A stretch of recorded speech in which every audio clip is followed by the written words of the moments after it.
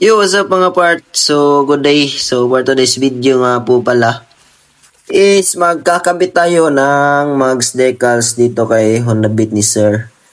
So, yan. So, yan yung sa harap. So, all goods na po. Nakabit ko na. Tapos, dito tayo sa kabila. Yan. Then, all goods na rin. Di ko na pinakita sa inyo yung pagkabit. So, yan. Nalimitan na natin ng straight or alignment yan. Tapos yung likod, syempre, tapos na kabilaan. So, orange na bagay sa kanyang cover sa shock at sa kanyang decal. So, yan.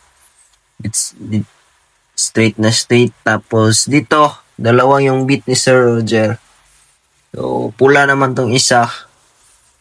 So, yan. Kakabitan naman natin tong isa ng kulay pula na decals rin. So, para babagay din sa kanyang decals at sa kanyang cover sa shock. So, yan siya mga part. Kabitan na po natin yan. Tapos, yan. Yung sa harap, all goods na rin siya. So, nakabit ko na yan, kabilaan. So, may mga part lang na hindi dumikit. So, ginawan ko ng paraan. So, ininit ko para yung adhesive niya mag-dikit talaga. So, soon, next na naman mga part.